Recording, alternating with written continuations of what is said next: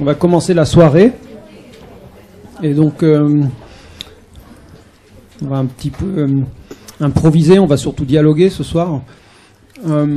Pour ce qui me concerne, je voudrais dire que je suis ce soir très ému, en fait, de recevoir surtout Ferrez, parce que j'ai connu Ferrez il y a 12 ans maintenant.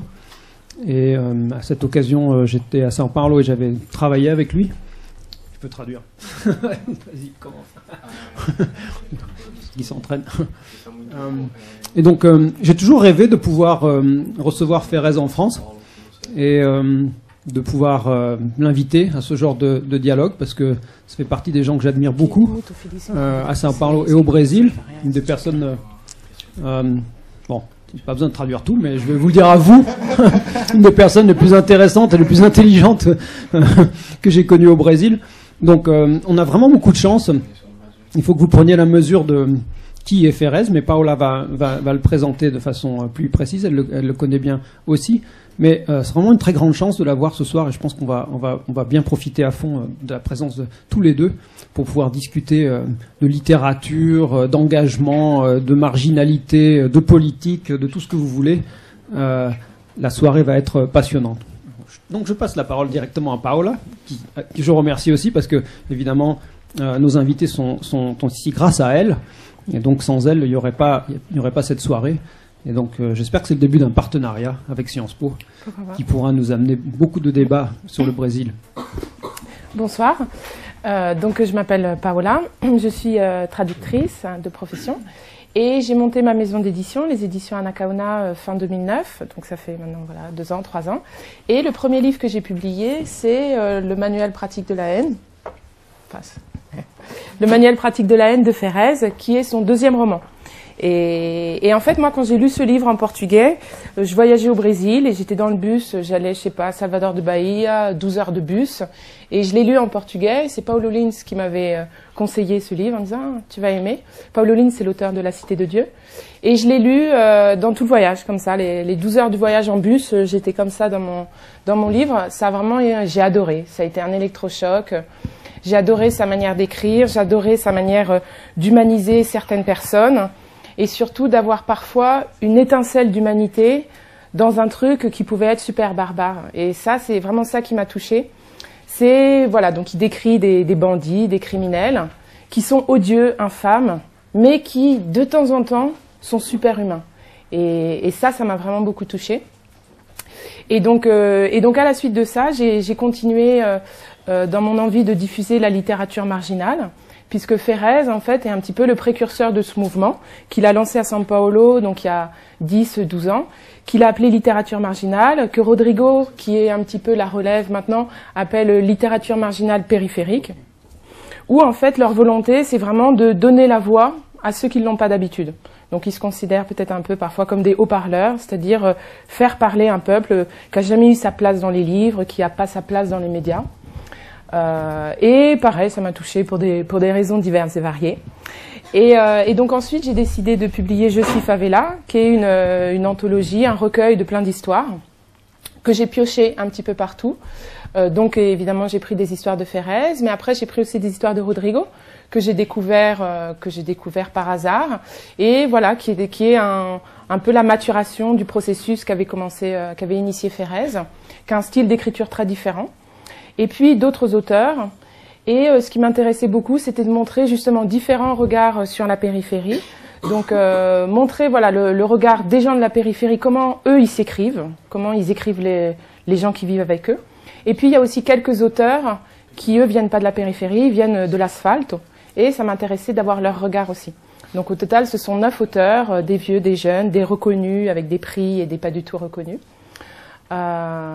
Donc voilà. Et sinon, pour présenter un petit peu ces auteurs, je vais commencer par Ferrez puisque c'est lui le précurseur. Donc Ferrez, il a commencé à écrire en 97, donc il aura peut-être l'occasion de revenir sur son processus d'écrivain qui n'était pas du tout gagné au départ parce qu'il était chômeur, qu'il n'a pas fait d'études, etc.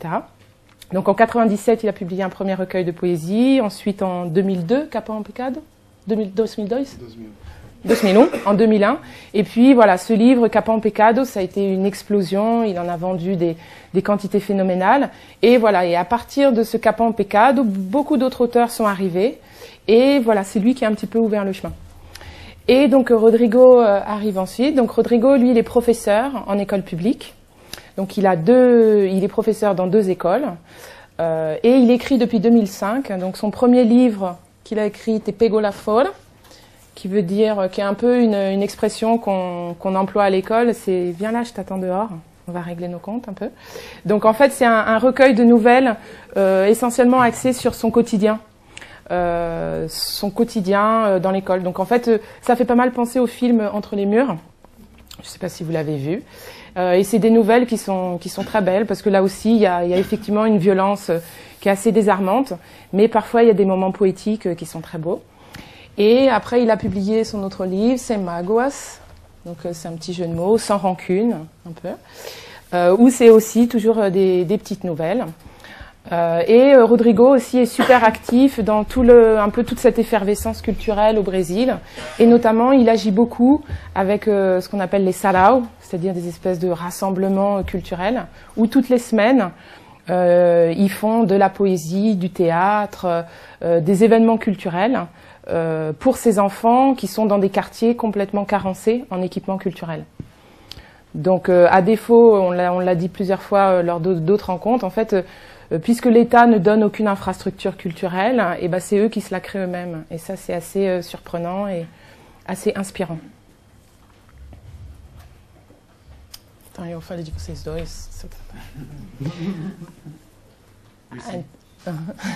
Então, não sei se você, Ferrez, quer começar com a sua trajetória mesmo, ou já quer falar de alguma coisa. C'est Olivier qui manda bala. Qu'est-ce que você acha? Alors, ah oui, sinon, juste, un truc qui m'a aussi beaucoup séduite, c'est qu'ils sont tous les deux très... ils pensent que les livres sont pas forcément des objets figés, silencieux, et qu'on lit tout seul dans son coin. Et ils insistent aussi beaucoup sur l'oralité. Déjà parce que c'est un moyen peut-être de faire lire des gens qui sinon ne liraient pas. Et donc leurs contes sont aussi toujours des contes que vous pouvez lire tout seul et vous êtes dans votre bulle, mais des contes que vous pouvez lire et ça devient du théâtre. Donc ils auront sûrement l'occasion de vous lire leurs contes et vous verrez, c'est avec ça vous avez qu'une envie, c'est juste de lire, quoi. C'est vraiment un truc très très motivant. Donc si vous voulez, ils peuvent commencer en lisant un de leurs textes. Si vous voulez tout de suite rentrer dans le bain, qu'est-ce que vous en pensez? Ouais? Então vocês podem, acho, começar com ler texto já para começar. Um texto do livro dele? É texto ou datilógrafo que você quer, se você quer ler, texto do livro. Vambora. Você quer começar com ABC ou você com você quer fazer datilógrafo depois? Aí eu vou. Pode ir, Bon, il se lance la balle. Hein? eu vou falar. Vou embora. Il s'en va, il dit. Vai não, Sirico? Vai ficar aí? Bora, vambora. Tchau. Datilógrafo. Escritor do gueto. Buscador de autoestima e injetor do caos moderno. Terrorista literário de fuzil. Bique na mão. Arma nuclear. A informação. Conseguiram no meu povo a divisão. 50 Cent de pistola na mão. Martin Luther King morreu em vão. Se eu for falar o que penso, tem coisas que eu não compreendo. É pôr no mundo, mundo pornô. Me dá a nudez da sua cor. Amor pela quebrada virou frase de para-choque. A ideologia está em crise para quem está em choque. Pôr fogo no mundo para zoar. Pôr fogo nas igrejas para ver queimar. O povo chorador, chorador. Mensageiro da mentira para senador. Mas no meu peito é zumbi e na mente é Marighella. No punho é Solano, é quebrada, é favela. São anos de rancor em vão. Chega de tiração, Deus perdoa. Eu não. O pavio é fácil de acender. No clipe tem tudo o que você quer ver. Mas na rua é tanta solidão. Verdades são mentiras, João. A nota 10 é minha nota. Pro sistema hipócrita, todo mundo é fantoche. Todo mundo é fantoche. Mas pelo menos eu vejo as cordas. Não é não, Sirico? Deus é brasileiro. É. Deus é brasileiro. Deus é brasileiro, mas quem manda é o Marcola. É. Ele é o patrão. Ah, professor, eu não vou entrar, não. Ele quem manda.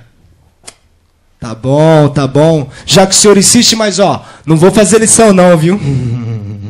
Ah, moleque doido! Tô cansado. 4 da manhã ainda era noite, João. Eu só fazendo avião. Depois, o Play 2. Não é mole não. O jogo é brabo. Exige concentração. Que fita que eu tenho? Daquela. De tiro. Pá!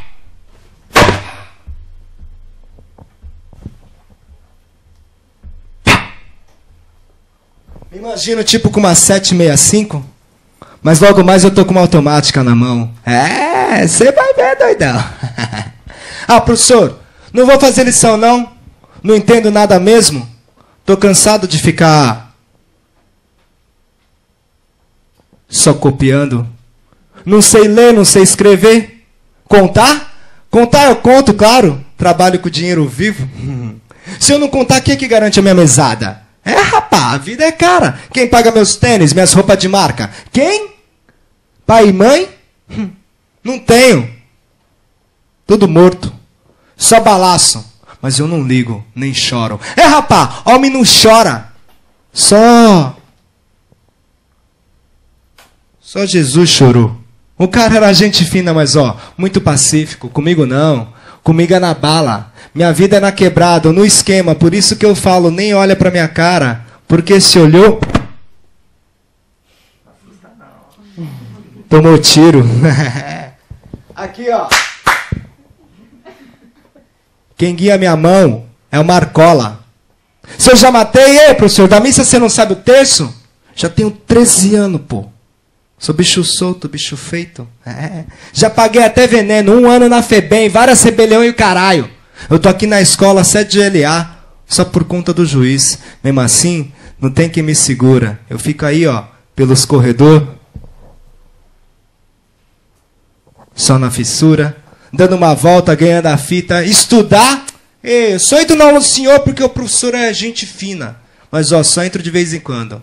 É, João, é feio ficar chorando pelo que se derramou, arrebentou, tem defeito. A minha vida agora é assim, só não arrebento. Mudar? Só se for de ponto. De vida eu não quero não, mas valeu, professor. Valeu pela preocupação, viu? Satisfação. Ah, moleque doido, ó. Tô saindo.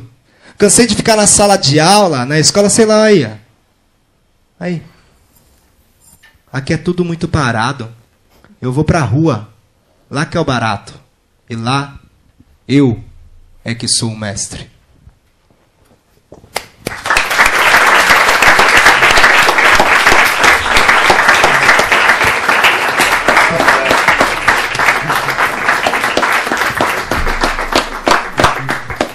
Alors, est-ce que vous voulez une traduction du texte de Rodrigo? Parce que le texte de Ferrez, je vais essayer de le traduire cette nuit, parce qu'il me l'a sorti tout à l'heure. Mais il est magnifique. Donc, le texte de Rodrigo, est-ce que vous l'avez à peu près compris? Vous voulez que je le lise? Ça parle d'un étudiant brésilien, donc du système public d'éducation. On n'entend pas. Quoi? On n'entend pas. Non, prenez un micro. Oui. Alors, ce que Rodrigo a dit, c'est l'histoire d'un étudiant brésilien au système public et qui a une vie à part, qui a une vie des drogues dans les rues. Mais dans ce cas-là, je peux le lire. Alors. Oui, non, bien sûr. Dans ce cas-là, je vous le lis. Alors, attendez. Donc, par contre, je suis désolée, je ne fais pas l'interprétation de Rodrigo parce que je ne fais pas de théâtre. Donc, j'ai essayé de vous le lire, mais pas, je sais que je le lirai pas aussi bien. Ah non. Donc en français, en portugais le titre est ABC, vous expliquera peut-être pourquoi après. En français c'est Je suis qu'un ouf. Dieu est brésilien, mais celui qui commande c'est Marcola. Ouais, c'est lui le patron. Ah prof, je vais pas entrer, ça non. C'est Marcola qui commande. Ouais, c'est bon, puisque vous insistez. Mais oh, j'écoute pas le cours, hein. Ah quel bouffon, je suis claqué. 4 heures du matin, il faisait encore nuit, j'ai fait l'avion. Ensuite, Play 2. C'est pas un truc de tarlouse, hein. Le jeu, il est ouf. Il faut de la concentration. C'est quoi mon truc? Le tir. Je m'imagine genre avec un 7,65. Tout de suite après, automatique dans la main. Ouais, tu vas voir un truc de ouf. Ah prof, je vais pas écouter le cours, hein. Je comprends vraiment que dalle, hein. Je suis fatiguée de rester là, copier. Je sais pas lire, je sais pas écrire. Compter? Attends. Compter, je sais compter, évidemment. Je travaille avec du cash. Si moi je compte pas, qui c'est qui me garantira ma thune tous les mois? Ouais, la vie elle est chère. Qui c'est qui va payer mes vêtements, mes tennis? Qui? J'ai pas de père, j'ai pas de mère. J'en ai eu mais ils sont tous morts. Canardés. Mais je m'en branle, j'ai déjà cicatrisé. Même pas pleuré. Ouais, mon pote, les mecs, ça pleure pas. Il y a que Jésus qui a pleuré. Le mec, c'était un mec bien. Mais oh, attends, putain de pacifique. Avec moi, non. Une balle et point barre. Ma vie, c'est le quartier et le trafic. Tu regardes pas mon visage. Tu regardes, tu te prends une balle. Qui c'est qui gagne ma main? C'est Marco, là. Si j'ai déjà refroidi quelqu'un, oh prof, attends, tu vas à la messe, tu connais pas ton rosaire, hein. Attends, porra, j'ai 13 ans. Je suis un loup solitaire, moi, un loup adulte. Je suis dans la place, yep, je suis qu'un ouf, tout droit de sortie de Zonzon. 1 an de prison pour mineur, plusieurs rébellions, bordel. Je suis en liberté conditionnelle grâce au juge. Et même comme ça, il y a personne qui me gère, hein. Je reste dans les couloirs, dans les brèches, juste là, quoi. Je zone, je vois les bis qui se font. Étudier? Je me pointe dans votre classe juste parce que vous êtes un mec bien prof. Mais j'étudie pas, ça non. Et je me pointe que de temps en temps. Y a pas moyen, mec, ça sert à quoi de rester à chialer? Une fois que c'est pété, c'est foutu. Y a des défauts, ma vie est comme ça pète tout le temps. Changer? Juste de point de vente. De vie, je veux pas. Je suis bien, prof. Merci de vous en faire. Ah, je suis qu'un bouffon. Allez, je me casse. Je suis fatiguée de rester en classe, à l'école. Je sais pas, ici ça bouge pas. Je vais dans la rue, c'est là que ça se passe. Et je maîtrise là-bas.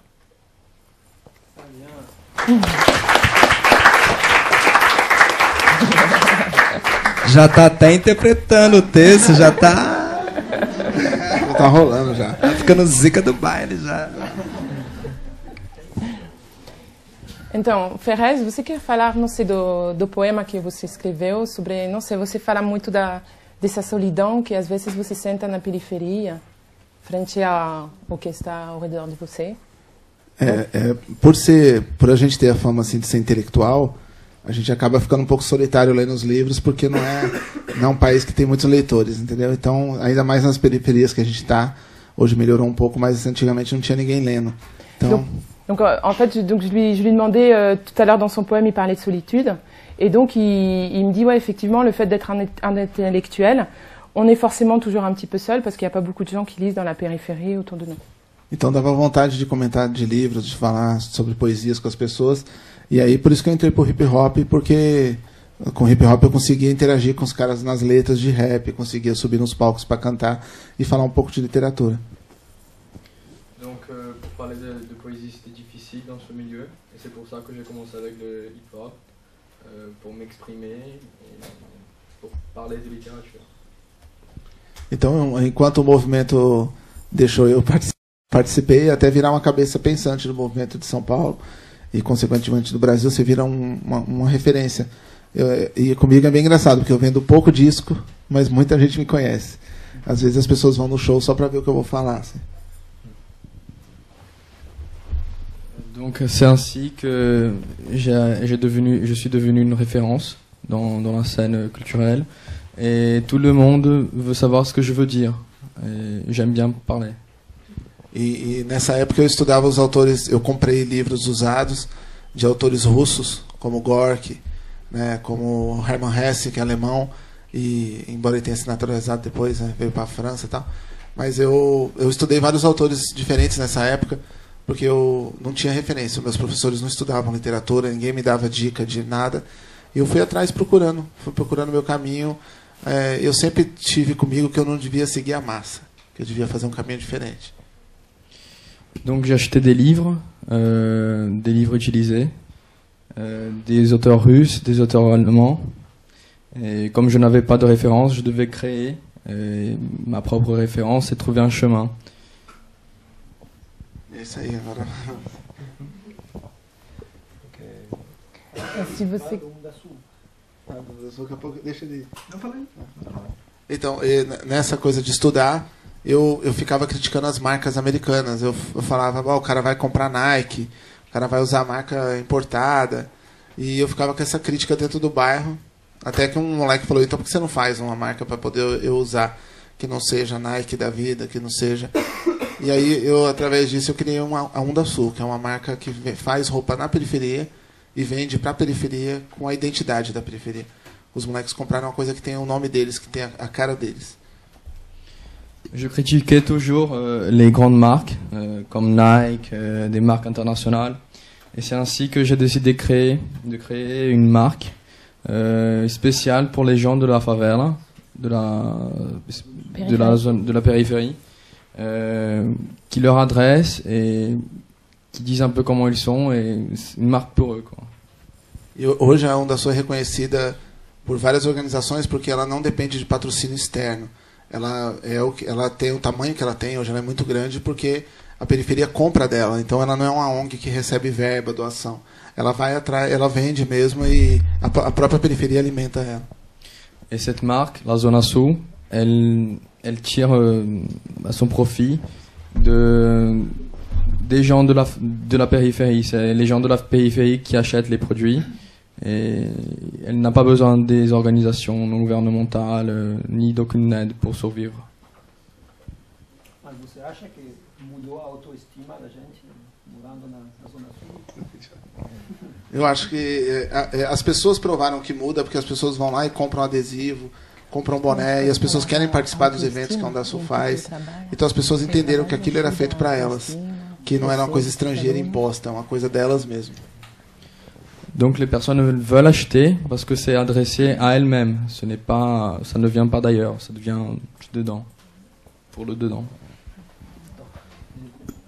Si je peux ajouter, c'est qu'il faut bien que vous compreniez, pour ceux qui ne connaissent pas São Paulo, que la zone sud, il y a écrit Zona Sul sur la casquette, était traditionnellement considérée comme la périphérie dangereuse, et que Ferrez a fait partie de ces gens qui ont changé l'image de cette zone sud et qui ont donné une certaine fierté aux gens d'appartenir à cette zone sud, qui est, si vous voulez, un renversement du stigmate, si vous voulez, c'est-à-dire de la zone sud, on est fier de cette appartenance et on regarde plutôt le centre comme étant étranger, mais il a contribué à complètement changer l'image qu'on pouvait avoir et que les gens ont de leur propre appartenance à des zones qui avant étaient considérées comme périphériques. Donc c'est pas simplement une opération de marketing de fabriquer sa propre marque, hein, mais c'est aussi travailler les questions d'estime, d'auto-estime, d'identité. Foi importante para trabalhar as questões de autoestima e de identidade. Só completando um pouco o que o Olivier falou também, e o Ferrez, eu acho que essa mudança ela vem bastante com o movimento hip-hop aí nos últimos 20 anos, 25 anos, também em São Paulo, e o próprio movimento de literatura marginal periférica, que o Ferrez é um dos expoentes aí, junto com outra galera, também vem reforçar essa mudança que começa com o movimento hip-hop, né? Donc voilà, donc ce qu'il dit, c'est que ce mouvement hip-hop, qui en gros a commencé il y a 20-25 ans, en fait la littérature vient juste renforcer ce mouvement qui avait commencé avec le hip-hop et puis avec Ferrez. Eu vejo que é uma mudança drástica, né? Uma mudança bacana, principalmente no olhar de várias pessoas que vivem na favela, na comunidade, sobre o seu bairro, e algumas pessoas que são ligadas à cultura, principalmente, de organizar algumas atividades toda semana nas regiões periféricas, principalmente hoje, coisas com que a Paula falou antes, um pouco do movimento Saraus. Donc, donc ce mouvement, c'est un mouvement très actif qui crée même des événements culturels toutes les semaines, avec notamment ce qui s'appelle les Sarau. Que hoje em São Paulo acontece uma coisa que eu acho que é impressionante, porque não tem nenhum outro lugar no mundo acontecendo uma coisa semelhante, pelo menos eu não conheço, que são, você pode hoje em dia, nas periferias de São Paulo principalmente, todo dia da semana você ir num lugar que tem um sarau diferente, um encontro dessas pessoas em lugares diferentes, na Zona Sul, Zona Norte, Zona Leste, Zona Oeste, e isso não é a revolução, a gente está longe de conseguir uma mudança muito drástica, uma mudança que a gente quer, mas eu acho que é um passo importante no caminho, né? Donc voilà, donc ce qu'il dit, c'est que ce mouvement, c'est probablement quelque chose d'assez unique au monde, ce qui se passe, parce que si vous êtes à São Paulo, tous les jours de la semaine, vous pouvez trouver un sarau, que ce soit dans la zone sud, la zone nord, est ou ouest. Donc ils sont peut-être pas en train de faire une révolution, mais c'est vraiment un changement drastique qui est en train de se passer et qui est un super changement. Explica o que é o sarau. Alors donc, j'ai expliqué. Juste pour donc ce qu'ils appellent sarau, j'ai pas trouvé de mot en français pour ça. C'est vraiment un rassemblement, un petit peu comme là aujourd'hui, où en fait c'est culturel, souvent littéraire, mais il n'y a pas que ça. Où un collectif où en fait il y a des auteurs, des poètes, des écrivains qui viennent réciter leurs textes, mais aussi le public qui vient avec sa petite feuille de la dame de 50 ans qui a écrit son poème, qui vient le réciter devant les autres. Mais il peut aussi y avoir une petite table avec de la peinture pour les enfants. Voilà, c'est assez ouvert, c'est culturel, mais essentiellement littéraire. E uma coisa que eu acho bacana também é que a palavra, né, ela sempre foi usada na maior parte das vezes para dominação. A palavra sempre foi usada muitas vezes como um instrumento de poder. Então, a partir do momento que você tem uma galera aí que começa a escrever, começa a ler, começa a estudar e começa também querer se apropriar dessa palavra, é uma coisa que o sistema não quer. Né? Ele não quer que a pessoa da periferia leia, não quer que o pessoal tenha o domínio dessa palavra, porque aí pode ser um começo de uma mudança efetiva mesmo. Donc, c'est vrai que la parole ou le mot, ça a toujours été un instrument de pouvoir, une domination. Et c'est vrai qu'à partir du moment où il y a des gens de la périphérie qui commencent à lire et qui commencent à maîtriser cette parole, eh ben c'est eux qui ont le pouvoir et c'est pas forcément ce que veut le pouvoir central. Eu queria que você falasse também da peculiaridade que é cada sarau, do jeito que é feito cada sarau. Não, eu acho legal você falar que tem o sarau da Brasa, o seu, o do Sérgio Vaz, a diferença que tem de cada um tem música, o outro tem. Donc voilà, donc chaque sarau aussi a un petit peu sa particularité en fonction du sarau que c'est. Donc il y en a où il y a plus de la musique, de la poésie. É que o legal é que cada sarau acabou tendo a sua própria cara, né, sua própria maneira, sua própria identidade, porque o eixo central aí do sarau é a literatura. São 2 horas que as pessoas normalmente, esse tempo de 2 horas que as pessoas se reúnem para ouvir e para recitar a poesia, a literatura, essa quebra entre o público e o artista, né, que na verdade todos somos artistas, e cada sarau acabou desenvolvendo uma característica bem própria, né? Por exemplo, o sarau que eu trabalho, que a gente organiza lá na Zona Leste, ele é dentro de uma escola. Então a gente faz uma mesa de pintura para a molecada, deixa uma banca de livros, tem a molecada correndo. Aí tem outro sarau que acontece no bar, então vai pessoas mais adultas que acabam também fazendo ali outro tipo de encontro. E cada sarau acabou fazendo a sua cara, a sua maneira. Donc chaque sarau a vraiment son propre visage, il a sa façon de fonctionner. Donc par exemple le sarau dont s'occupe Rodrigo, c'est à l'intérieur d'une école. Donc il y a un peu des gamins qui courent partout, c'est là où justement il y a ces petites tables avec de la peinture, il y a une table avec des livres. Après il y a d'autres sarau qui peuvent se passer dans un bar, donc là ça va être un public un peu plus adulte. Et ce qui cherche surtout pendant ces 2 heures où tout le monde récite des textes, c'est vraiment de casser la frontière entre le public et la littérature, entre le public et l'artiste. Parce qu'il a dit très joliment qu'on est tous des artistes. Tem exemplo do meu pai, que ele foi em vários lançamentos de livro meu, e dá pra ver que ele tá sempre de saco cheio, assim, de ficar naquela fila, e todo mundo parado, tomando um coquetel, sabe? E aí ele foi no Sarau da Brasa, que eu fui lançar lá no Sarau da Brasa, e era um bar. Você quer traduzir até aí? Et donc il raconte donc son père, puisque Ferrez donc vient d'un milieu très modeste, et il a été à chaque fois au lancement des livres de son fils forcément, et il voyait bien que son père il s'embêtait un peu dans ces trucs de cocktail, un peu ennuyants, et il a été dans ce fameux sarau du Brás, là c'est un sarau en particulier. E aí nesse dia tinha uns pessoal tocando tambor lá, do Wagner tocando tambor, e eu lançando o livro assim, e o pessoal cantando e tomando sopa em volta. Aí meu pai olhou e falou, mas que bagunça do cara. Et donc quand il a été dans ce sarau pour le lancement du livre de Ferrez, ils ont commencé à faire du tambour, une batucada, il y avait des gens qui dansaient, et donc son père a dit, mais attends, c'est quoi ce bazar? E aí aí eu falei, tá gostando? Ele falou, tô. Aí eu falei, lançamento de livro devia ser assim, uma celebração. Né? Et donc il a demandé à son père, ça te plaît? Et son père a dit, bien sûr. Et Ferrez dit, bah voilà, c'est comme ça que ça devrait être un lancement de livre, c'est une fête. Eu já fiz uma feira de Porto Alegre uma vez também, literária, não lembro se foi Porto Alegre, mas uma feira no interior, assim, literária, num outro estado, e a gente chamou gente do break para dançar no palco, o cara do hip hop, pusemos música, e aí no outro dia saiu a matéria, assim, escritores da literatura marginal transformam a Bienal num show de hip hop, assim, uma bagunça. Et donc, quand il était à Porto Alegre pour le lancement d'un livre, il y a des types qui sont montés sur scène, qui ont fait du break, du hip-hop. Et le lendemain, dans le journal, il y a l'article qui est sorti « Les écrivains de la périphérie transforment la Biennale du livre en show de hip-hop ». As pessoas têm que entender que o livro faz você ter tesão, o livro faz você chorar, o livro faz você sentir amor, faz você sentir pena, ódio. O livro dá vários sentimentos, então o livro é uma coisa emocionante, não é uma coisa parada, chata, horrível, uma coisa que você não deve pegar. E é isso que a gente tenta passar, principalmente no Brasil, que as pessoas não leem, que a gente tenta pôr na cabeça. Donc voilà, ce qu'il essaye vraiment de rentrer dans la tête des gens, c'est que le livre, c'est pas un objet complètement immobile, chiant, mais c'est quelque chose qui transmet des émotions, de la haine, du désir. Donc voilà, c'est ça qu'il essaye de faire rentrer dans la tête des gens.